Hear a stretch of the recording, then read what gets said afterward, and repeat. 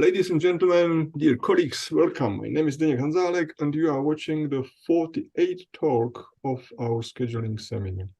Today, I'm happy to introduce Claire Hanen. Claire is professor of informatics at the Université Nanterre in Paris, and she was vice president chargée de gestion numérique à Université Paris-Lumière. She is with Lipsys laboratory famous in scheduling, which is located at Sorbonne University in Paris. She made her PhD in Pierre and Marie Curie University in Paris on cyclic scheduling on pipeline processors, with also very famous Philippe Chrétien. Her research interests include mathematics, operations research, and scheduling, specifically cyclic scheduling, approximation algorithms, and parameterized complexity of scheduling problems. The last topic is the topic of today's talk. Claire was an enthusiastic singer of Orchestre de Paris, and she has a first grandchild, wonderful Samuel, born in July this year. So that's her, I think, best occupation or best time she has now. Claire, it's great to have you here, and please go ahead. The floor is yours. Okay, thank you very much, Zdenek. Thank you very much, all. So I'm happy to be here to present you some results on fixed parameter tractability of some scheduling problems with dependent jobs and some settings I will explain you later. It is a joint work with Alix Munier. You already hear on another topic in this seminar. So we are both from Lipsys at Sorbonne University. So I will start my talk. Sorry. I will start my talk by defining the problem we tackle. Then I will draw some challenges of the parameterized complexity analysis for scheduling problems and present some existing results. Then I will try to give some intuition of fixed parameter tractable algorithm for the simpler case of unit processing type jobs subject to unparalleled machines. And then I will present the extension of these ideas to general processing times. And finally, I will present you some negative results and conclude. So the problem we consider here is defined, as usual for scheduling problems, by a set of jobs. The jobs are assumed to be non-preemptive, and each job has an integer processing time and a time window, which is defined by a release time and the deadline. So, for example, here we have job 2 with a processing time 4, release time 1, and deadline 7. To this setting, we add a precedence constraint of the form of an acyclic graph. So here, for example, the arc from 1 to 3 means that job 3 cannot start before the end of 1, so it's very classical. And we also have a resource constraint, and we assume for resource constraints that we have different types of machines, and that a job is assigned to a type of machine, and in each type of machine, we have a set of parallel processors. So this problem is, in fact, a kind of a combination of a very usual scheduling problem. For example, parallel machine scheduling problems consider only one type of machine so only parallel processor in this type. Whether, for example, job shop or flow shop scheduling problem assume a special type of special kind of precedence constraints and as much types of machine than the number of machines, because in each type there are one parallel processor, so just one machine. And for our example, we will consider here that jobs 1, 2, 3, and 8 are assigned to the first type of machine, which comprise only one processor. Whether the other jobs, the blue one, so 4, 7, 5, and 6 are assigned to the second type of processor, which comprises two parallel processors. So that are our constraints, and from that problem we are considering the existence of a feasible schedule. Does it exist a feasible schedule that fulfill all the constraints, precedence constraints, resource constraints, and time windows? So it is a decision problem, and of course it is always possible to add to consider optimization criteria for which we can transform by fixing the criteria the problem into a sequence of decision problems. For example, make-span criteria is interesting with respect to what we consider here. So as I explained to you, this problem comprises many difficult scheduling problems like job shop problems or parallel machine problems. And we all know that when we deal with a scheduling problem, quite everything is difficult. So we have many NP-hard problems for which we have defined some exact scheduling algorithm. And our claim is that the parameterized complexity analysis is a new tool. Well, it's not so new. In fact, it's used for a long time for graph problems in particular, but it's a really interesting tool to try to understand maybe more accurately the things that makes a problem difficult. So on another way, sometimes when you have an NP-hard problem, you have in practice to deal with problems for which some parameters have constant or bounded values.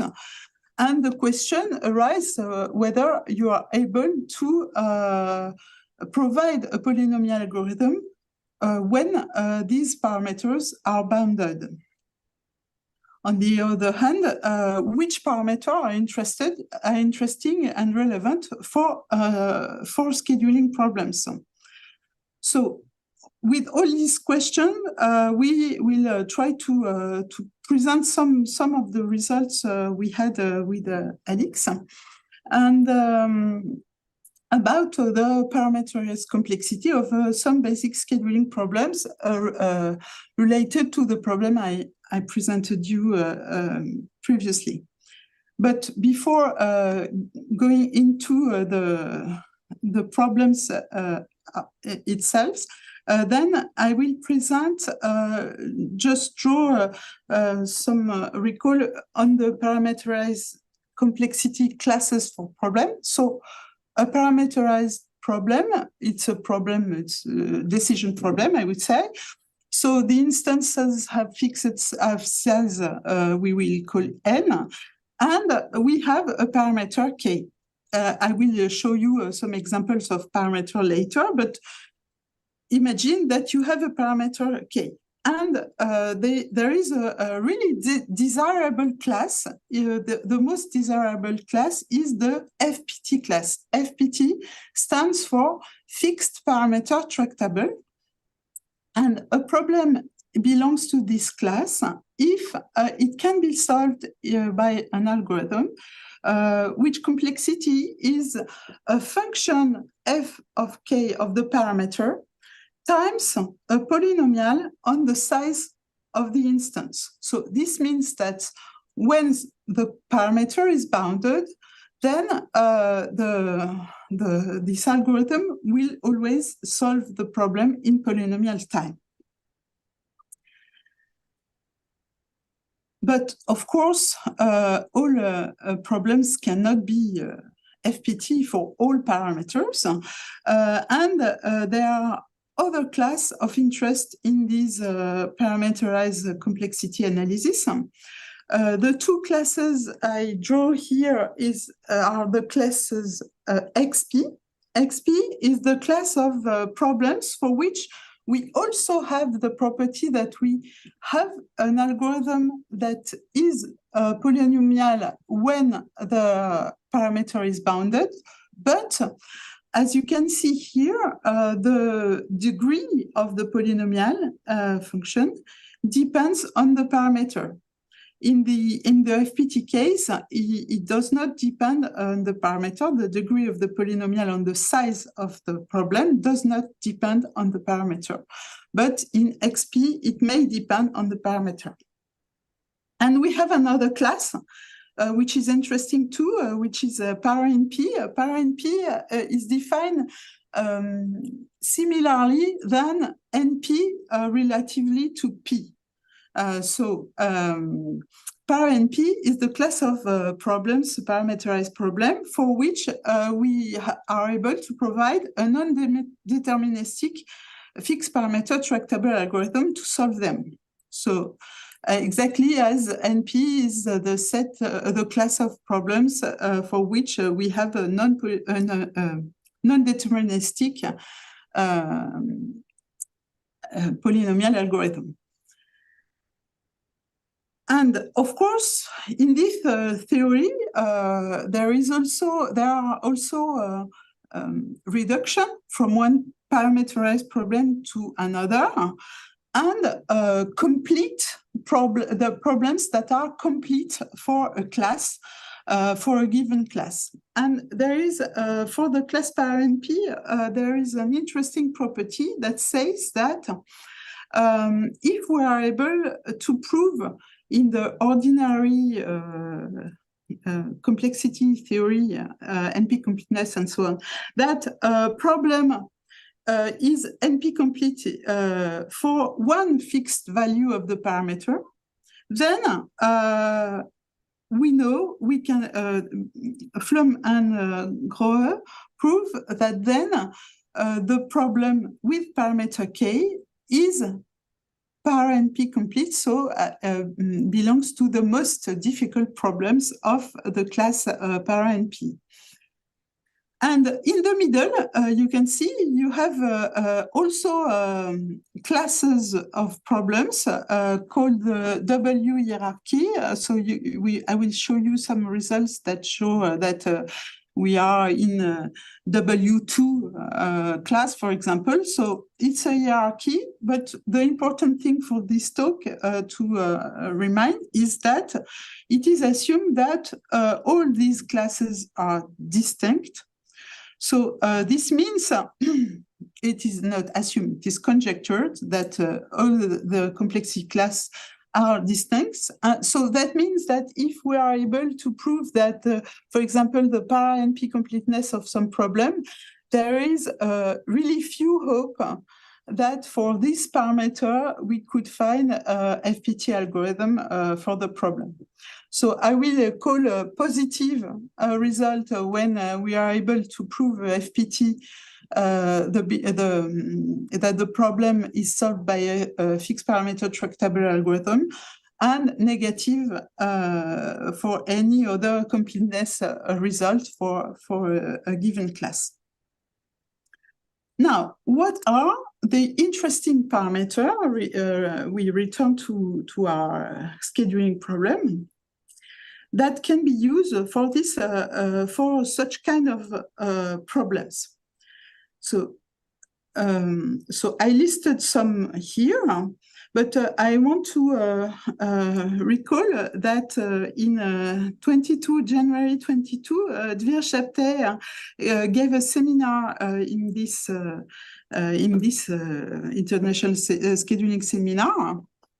which was very interesting and which was also on a parameterized complexity of some scheduling problems. But the kind of parameter he considered was the number of different values. For example, number of different deadlines or number of different processing time. That could be some interesting parameter.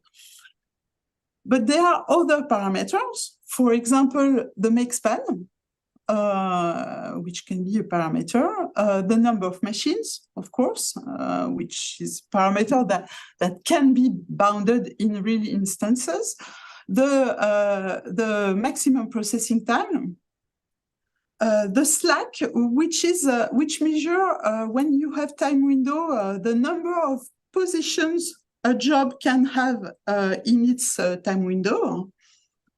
Or when you don't have time windows, it can measure an allowed slack with respect to the earliest schedule. And you have also a very interesting parameter which aims to measure the level of parallelism of the instance, which is the width of the precedence graph. So for our example, a small example, we can observe that the maximum processing time is 6. It's obtained for job 6 here. The number of machines was 3. The width correspond to the maximal anti-chain on this graph and correspond to the set of jobs 2, 3, 4, 5. So it equals 4. And the maximal slack equals 4. It's obtained for job 3. And as you can see on the slide, there are many red results, so that means negative results, even for very simple problem settings. And some are very recent, as you can see here. There is a paper from 2022, but there are also old results that can be imported in this parameterized complexity theory. So I'm happy to have Jan Karel Lenstra here in this seminar. And in 45 years ago, he proved with Alexander Enorican that the problem of scheduling a precedence graph with a unit processing time on parallel machine with make span less than or equal to 3 is NP complete. So from this, we can deduce by the lemma by Flum and Grohe I mentioned previously that we can say that then the problem parameterized by the make span is para-NP complete. So there is no hope, even if we consider bounded make span to get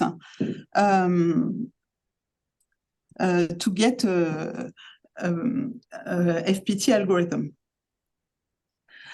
There has been several works devoted to the width of the precedence graph. And here again, we have some negative results, even for 2 processors, precedence constraints and very small processing times, 1 or 2. It is W2 hard in the W hierarchy. And if we have just unit processing time, then it is XNLP complete, which is another class, but the result is that we conjecture that we will not be able to provide FPT algorithm for this parameter for such kind of problems. So even if the width is bounded, we would not be able to provide a polynomial algorithm. However, there has been a very interesting fixed parameter tractable algorithm that was provided for a very general resource settings that was related to project scheduling, I would say, our CPSP. and precedence constraints if to the width we add as parameter the slack measure here with respect to the earliest schedule. So it was a really interesting paper. And with the two parameters, we are able to get a fixed parameter tractable algorithm. Now, more recently, Alix Munier and others proposed a new parameter that was tuned specially for problems with time windows. And it is based on the structure of time windows. It measures the maximum number of intervals that overlap at a single time. So for our example here, I draw the intervals of jobs, the time windows of jobs, and you can see that at most at one unit time and one time unit, there are at most 5 intervals that intersect. Sometimes there are less, but there are at most 5. And so this is the value of this parameter. And it happens that this parameter is equal to the path width of the interval graph, which is induced by these intervals. So that's why +1. So there is small difference. And that's why in this talk, I will call it the path width. This parameter has also been studied earlier by Bodlander in his paper. It was a problem with precedence constraint with delays, precedence delays, and the graph was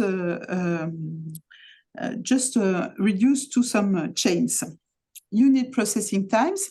But here, Bodlander considered that the release times and deadlines were applied to the chains and not to the individual jobs. So that's why I called this parameter here mu prime. But it's the same idea. It's based on the structure of intervals. And as you can see, there are some negative results, but a little more positive for this parameter. In particular, Alix proved that the problem with parallel processor, precedence constraint, unit processing types, and time windows is FPT, and I will give you some intuition of this FPT algorithm before considering the last line here, which is a result we had by adding to this parameter path width the minimum between the slack and the processing time and the maximal processing time. We were also able to prove that it is FPT, and I will show you how does it works. But however, if we have general processing time, the problem is para-NP complete, even for 2 machines. So let us now start with the problem with unit processing time and parallel processors. So here is an example I will use to present the ideas. The first thing we do is to sort the endpoints of the time windows. So in this example, as you see, the different so U alpha, U1, U2, U3, U4, U5, U6 are the different, the increasing endpoints of the time window. So here it's all the time units. And from this sorting, we will consider the set X alpha of jobs whose time windows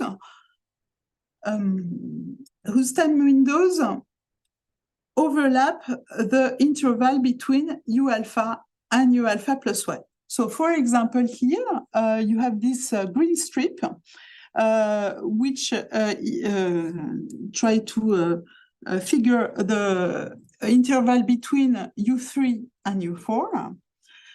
And you can see that the jobs 2, 3, 4, 5, and 6, their intervals overlap this green strip.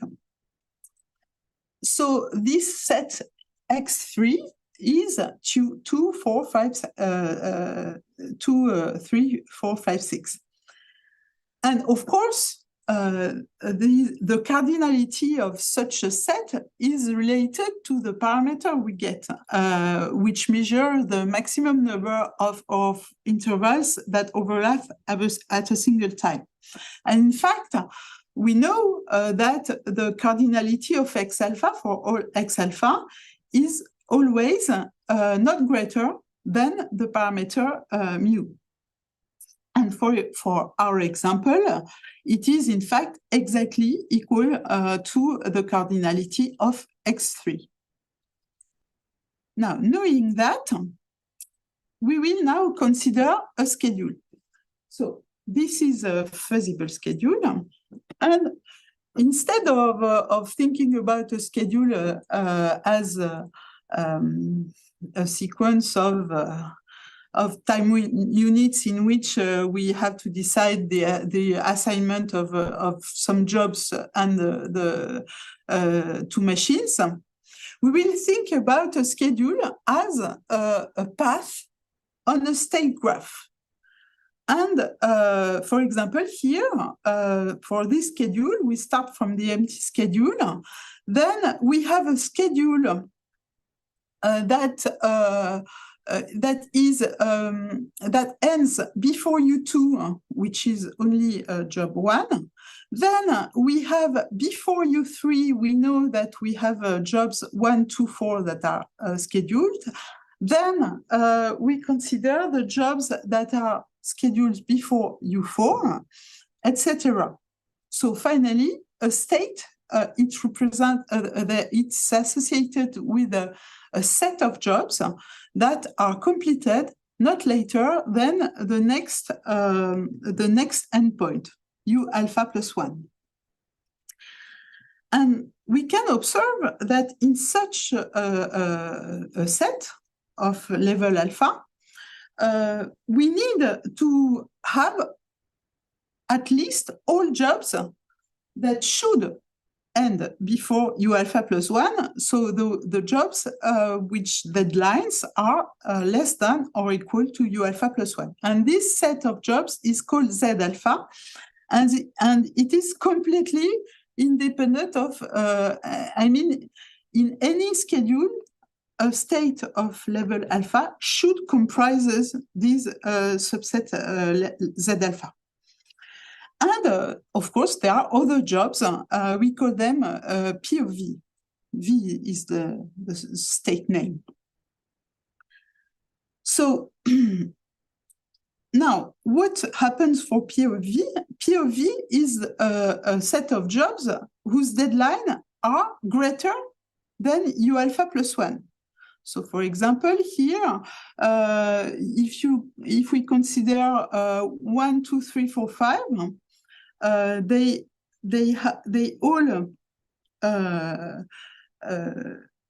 are performed before U4, but among this set, you can see that only job 3 and 5 have a deadline greater than U4. So this is the P of V of this subset is just jobs 3 and 5. So such jobs have deadlines greater than U alpha plus 1, but are performed before U alpha plus 1. So this implies that their interval overlap U alpha plus 1, so they should be included in the set X alpha I defined previously. So that's the key property that will give the idea of the FPT algorithm. Since now we can reduce the representation of the states by recording only P of V instead of the whole subsets, because in each level we know that we have Z alpha, so we do not need to record it.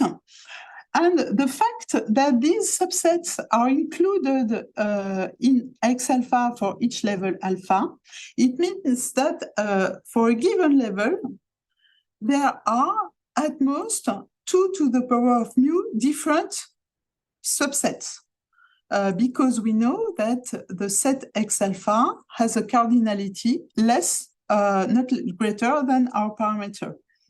So this will give the key argument for the FPT algorithm. Instead, in fact, we can say that if the set of states of level alpha is bounded by 2 to the power of mu, then as there are at most n states, then the total number of states in the state graph is bounded by n times 2 to the power of mu, and you can recognize here the FPT form, a polynomial on the size of the instances times a function which is here exponential of the parameter. And similarly, the number of arcs is also bounded because there is only an arc from a node state of level alpha to a state of level alpha plus 1. So we have also a bound on the number of arcs. And moreover, it is quite easy to check, given 2 states, one of level alpha and one of level alpha plus 1, if there is an arc between them, we just have to check that it's possible to append to a schedule of that corresponds to a node of the node U, a schedule to get node V, and so we have some set consistency, consistency also of precedence constraints to check, and the existence of a feasible schedule on a reduced subset. And the important thing is that all these checkings are to be done on a subset of jobs, which is necessarily all include, which are necessarily all include in the set X alpha. So the cardinality of all these subsets is always bounded by our parameter, and this explains why we can check the existence of an arc with a complexity which only depends on the parameter and not on the size of the instance. And finally, we can describe all the schedules by defining all the possible states and the feasible arcs between the states. So these correspond to all feasible schedules of the previous examples. And to get an answer to our question, which was, does it exist a feasible schedule? We just have to build the graph. So build first the states, then build the arcs, and then make a search on this graph to find a path between the source node and the seek node. So that's what is expressed in this algorithm, but I don't go into details here. The important thing is that we have a kind of compact representation of all of the feasible schedules, and the complexity of the representation is FPT. And in fact, Alix proved it had this complexity, n to the power 4 times this function of mu. And we did not try here to she did not cry because I was not working with her at this moment, but in all the FPT results that have been presented, the aim was not to get the best algorithm to compute the feasibility check, but to prove that it is FPT. So, for example, 2 to the power of 4 mu, maybe it's possible to get to have better complexity than that. But the important thing is that it depends only on the parameter. Now, I want now to present you the extensions of these ideas for the case when you have general processing times. So here is a schedule of our example with general processing times. And we start exactly as previously by sorting the endpoints of the time windows by increasing order. So we have U1, U2, U3, U4, etc. And we consider exactly as previously that in a state of level alpha, we should represent all the jobs scheduled that started before U alpha plus 1. Exactly as previously, but there is a big difference, is that, as you can observe here, if I consider the jobs that have been scheduled before U4, of course we have 1, 3, 2, 4, 7, 5, 6, but and we have, similarly to the case in this subset, we have jobs of Z alpha that must end before U4 because the deadline is less than or equal to U4. But we also have these 2 jobs, 2 and 6, that cross U4. That was not possible in the previous case because we had unique processing times. And for these crossing jobs, if we want to know whether there is an arc between 2 states, we will need not only to record the set P of V of scheduled jobs in a state, but also the exact schedule of jobs that cross U alpha plus 1. And so here, for example, for our example, I represented this schedule as a triple because we have 3 machines that say for each machine, if there is a job on this machine, and which job and at what time it ends. For example, here for our level 3, we have a job 2, 6, 7 that are in the set P of V for this example. And among them, we have on the first machine, job 2 that ends at date 7, and job 6 that ends at time 9. And finally, we have this representation of a state, which is, of course, more complex than in the previous case. To the set P of V, we must add this schedule of crossing jobs. And this is useful because when we have to check whether there exists an arc of the state graph, then what we have to do is we have the crossing job, the jobs crossing U alpha, the job crossing U alpha plus 1. So we must check whether they are consistent with each other. And then we must check the existence of a schedule of the white jobs, which represent the job that should be in the middle.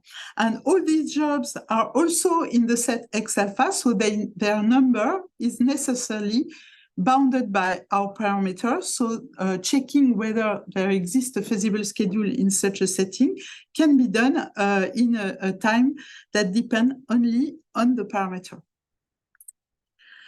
So finally, as we know that in each state, we need to record the set P of V, and we have the same arguments at level alpha, we have 2 to the power of mu such subsets. The set of jobs crossing U alpha, there are also 2 to the power of mu such subset at most. For each crossing subset, we have to enumerate the number of possible allocation to processors. And this is recorded here. It's mu plus 1 to the power of mu. So here we do not consider the number of machines because, as a small remark, if we necessarily suppose that our number of machines is less than our parameter, because otherwise this would mean that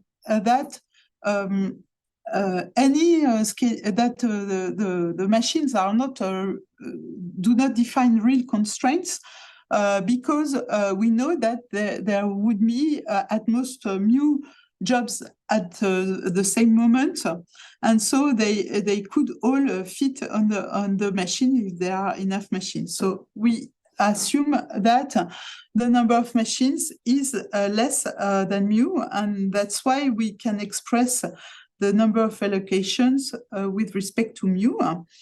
And now we can see that we need to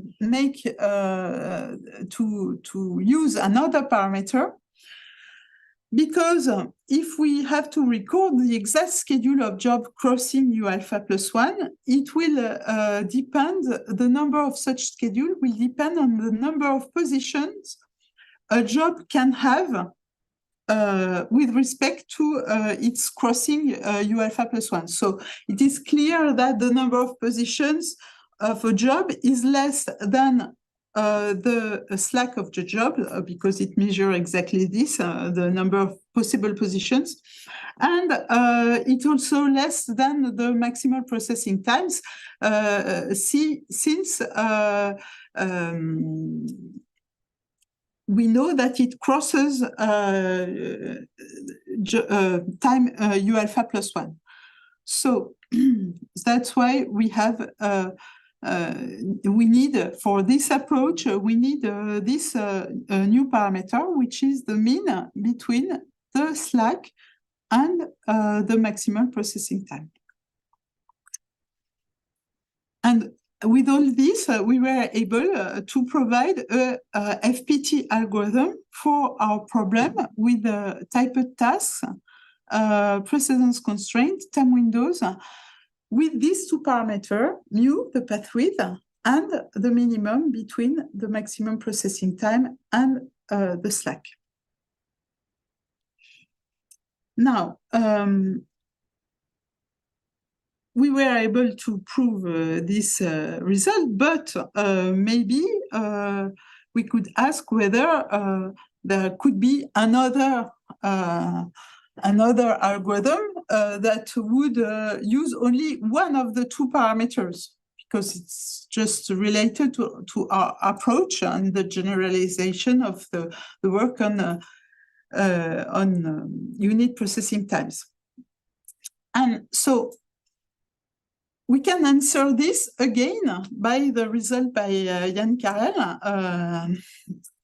because if we consider this problem with a make span less than or equal to 3, then in such an instance, of course, the maximum slack of a job is 2, and the maximum processing time is 1. So the minimum between the 2 is bounded by 1.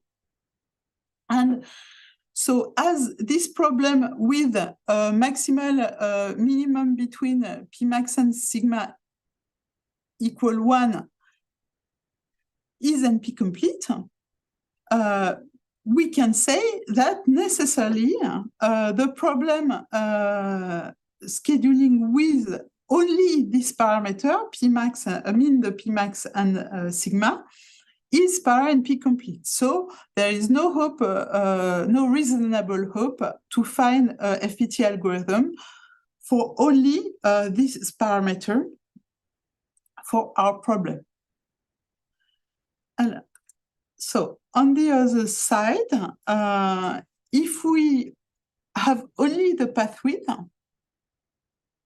we were able to prove that from a reduction to a partition, a special case of partition problem called partition SC. I will show you the problem a little bit later. But we were able to prove that this problem is NP-complete, so 2 machines, time windows, no precedence constraints. And we found an instance, a set of instances with a path width equal 4. So at most 4 intervals, 4 time windows that overlap at a single time. Just a small remark, usually we had a look on many complexity proof, and we remarked that in these proofs, mu is usually unbounded. So proof with bounded mu cannot be easily found in the literature. So from this result, we can deduce similarly that our problem, even without precedence constraint, just time windows, general processing time on 2 machines, if it is parameterized by the path width, it is para-NP-complete. And as you can see, this is true for 2 machines. So if we have an unbounded number of machines, it's also para-NP-complete, even if we have the 2 parameters, path width and number of machines.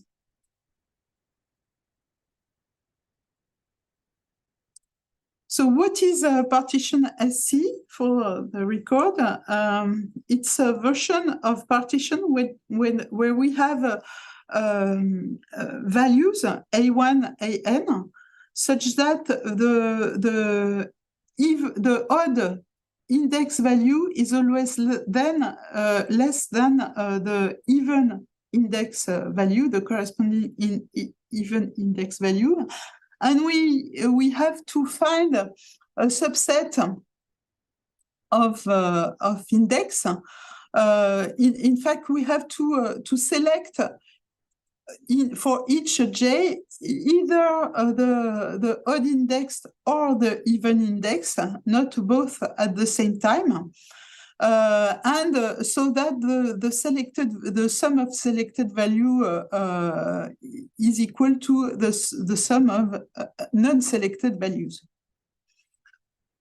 So we have to split, as in any partition problem, we have to split the set of values in 2, but there are more constraints because we have to select one value among 2 at each time. And of course, we found this problem in the Garrett-Johnson book. It was just a short note. You can check if you want to see the book. It was just a short note after in the appendix where there are listed all difficult problems. So there is a partition and the reference for partition, and there is a small note with a partition SC. And when we submitted our paper, the reviewer asked whether there was a proof of the NP completeness of this problem. So we referred to Gary and Johnson, and then we tried to find the original paper where it was proved, and we were not able to find any. So I suppose just Gary and Johnson just find this so obvious. They just put a short note in the book. And we trusted them, but we still, the reviewer asked us for the proof, so we did the proof, and we confirm that we can always trust Gary and Johnson. Just to give you an idea of the reduction from partition SC to the scheduling problem. So the idea is to associate with each value a job. And the job has a processing time which corresponds to the value plus the sum of all the values, so a big value, a big value. And then the odd index job and even index job all have the same time window. And the time windows are designed so that the odd and the even job cannot fit on the same machine within their time window. So it's necessary to decide whether one is on processor machine 1 and the other is on machine 2. So this expresses the choice we have to make between odd and even odd index and even index value. And as you can see on this picture, the intervals are put in so that are defined so that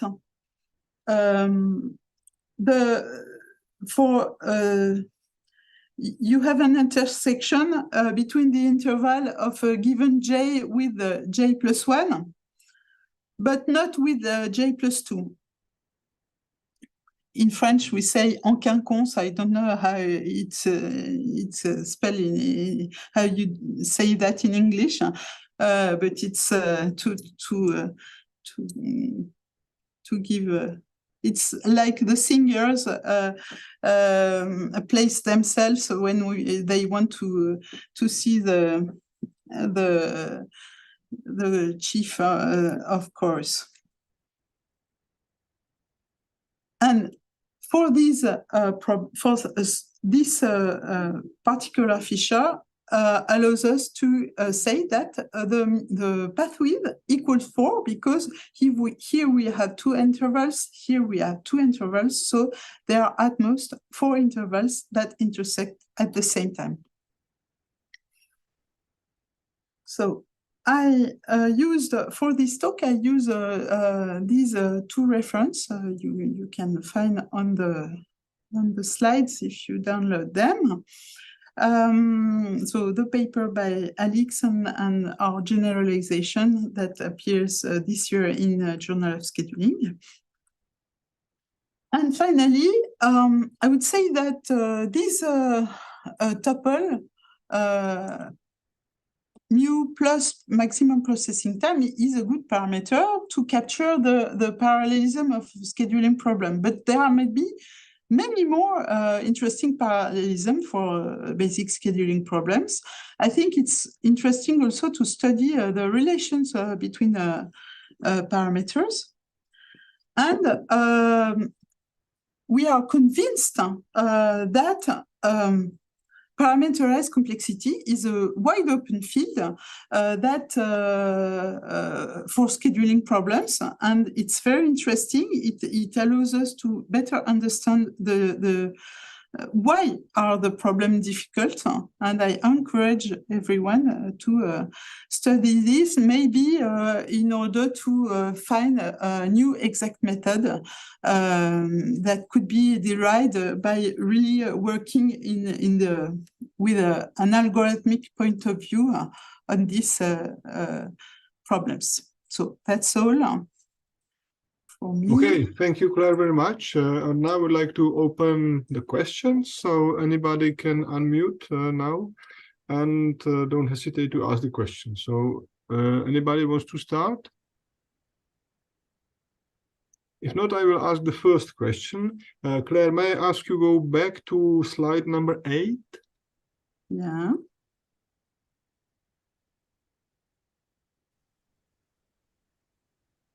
Yeah. So I just wonder if it might be that the problem with preemptive tasks could be FPT as well. So for example, I mean the case where you have parallel identical processors, precedence constraints and preemption allowed with release dates and deadline and feasibility. Similar to the first line, you just will have preemption instead of unit processing time, right? Because typically the problems with unit processing time and preemption have similar complexity. Yeah, Just recall that the case without precedence constraints, it means preemption, release dates, and deadline, is sort of polynomial by max flow formulation. So it should be quite close. But on the other hand, I am a little bit scared of preemption and precedence constraints in the same time. So so is it really so easy to switch from unit processing time to preemption and have similar sequence of thoughts that Alix had? I'm not sure because yes, it's related, but if we think about these kind of states, you must have the minimum information you have to record from the past before an endpoint of a time window, and when you have preemption, maybe you have to record some information on the quantity of jobs that have been already scheduled. So maybe it will need more than you. But it will have integer preemption moments as well, because all the release dates and maybe it's necessarily to record in a state more information than only, and I'm not sure it will.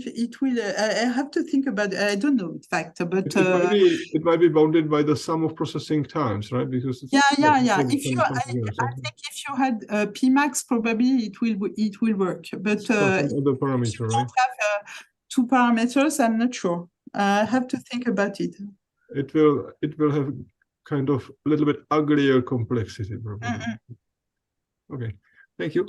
So any other question? If there are no other questions, I have a couple of remarks, by the way. There was a person in the audience that maybe you know or you may not know, but he had to leave right now. His name is Klaus Hager. Do you know him? No. Okay, he is from the Berlin group.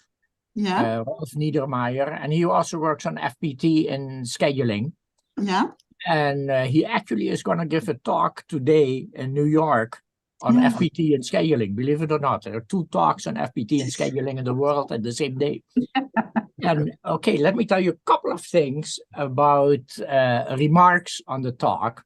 Yeah. I think probably the most classical result of fixed parameter tractability is due to Jan Karel's brother, Hendrik Lenstra.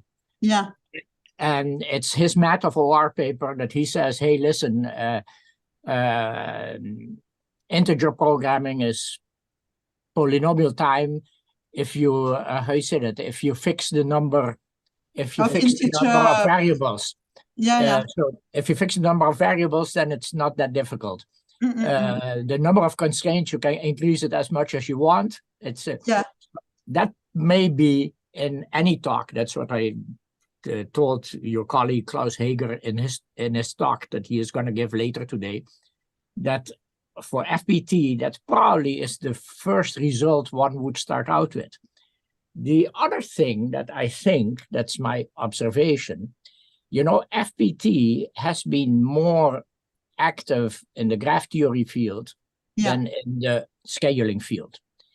There are a couple of reasons for that. I think that in the graph theory field, it's more active than in the scheduling field. One of the reasons is that in graph theory, it's very common to put a bound on the objective function.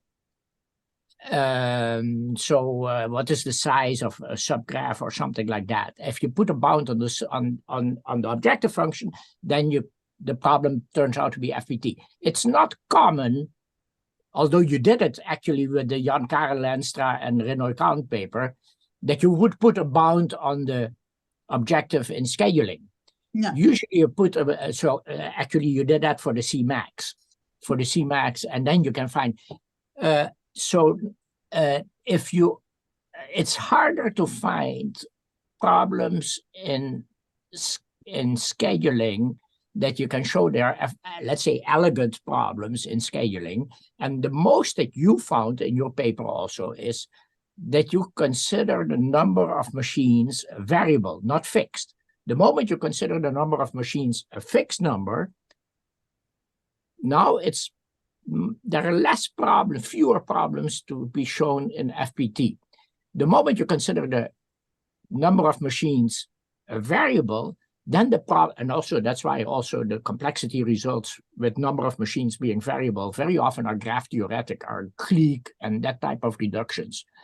The problem becomes graph theoretic.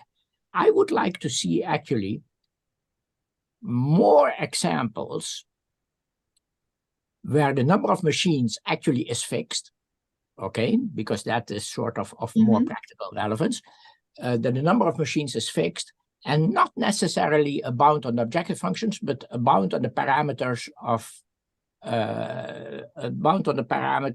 the data of the problem. If you have, I would like to see more nicer examples there. I think that Botlander and Fellows, they had a nice result that they look at the width of the precedence constraints graph, that then you can show that problems are FPT. Okay, so those are just my random remarks. I don't know how much they're worth. And maybe you can tell me that you disagree with anything I said. No, I don't disagree. I don't disagree at all. I think that even in graph theory, there are also, I agree with you that there are many results where the objective is the parameter, and which is not suitable so much for scheduling, in fact, from a theoretical and from a practical point of view. But there are also results in graph theory where they consider a structural parameter, as, for example, maximal degree, or even some difficult problems where you consider you are given an independent set. So it exists also, but I think for scheduling, it's really important to analyze some structural parameters and not related to the objective. To answer your question about FPT results for bounded number of machines, so I will say that there are also problems for one machine, for single machine. For the single machine case, there are FPT algorithm. So they are from Botlander and his co-authors. But also my PhD student, Maher Malem, he worked on one machine problems for couple task and also task with precedence with delay on precedence as here. And here I mentioned a result he had on parallel processors with unbounded number of machines, but there are also FPT results for the single machine problems, as long as you consider time windows as we did here with this parameter mu. And there is also other interesting parameters. And for example, for one machine problem, he was able to link the slack and the path width so this is interesting because when you establish some relation between parameters, so if one is fixed, the other is fixed too. So if you have a FPT result for one parameter, then you have a FPT for the other, and conversely, if you have a negative result for one, you have a negative result for the other. It depends on the order of the parameter, but so I think it's also interesting for the one machine, the single processor case is interesting. And I know that the work Dvirchapte introduced was also a single machine, I think. Yeah. So Okay, thanks. Okay. That's okay. Thank you very much for exhaustive discussion. So is there any other question or remark? Maybe Jan Karl, don't you want to conclude by some note on it, because you have been at the start of this tremendous, let's say, path of science, and maybe now you see 50 years later what happened, right? Yeah, well, I'm very proud that on the basis of our work, the things being done that I can't understand anymore. And I'm also proud that I convinced Hendrik to publish his IP result. He thought it was not worth it, so I claim part of the fame. Okay. Thank you very much. Okay, so let me conclude our session today by mentioning the next talk, which will be in 2 weeks at usual time. And the talk will be given by Maria Elena Bruni from University of Calabria. And she will speak about enhancing project resilience, a risk-averse approach to payment delays. Okay, so you may observe that we have very much female block of talks this time. So from gender point of view, we are getting much better, right? And we are proud of having so many ladies and giving us so many nice ideas. Okay, so thank you very much for being with us, and hope to meet you in 2 weeks. Okay, thank you. Bye bye. Okay, bye bye. bye. See you. Bye bye, Sarah.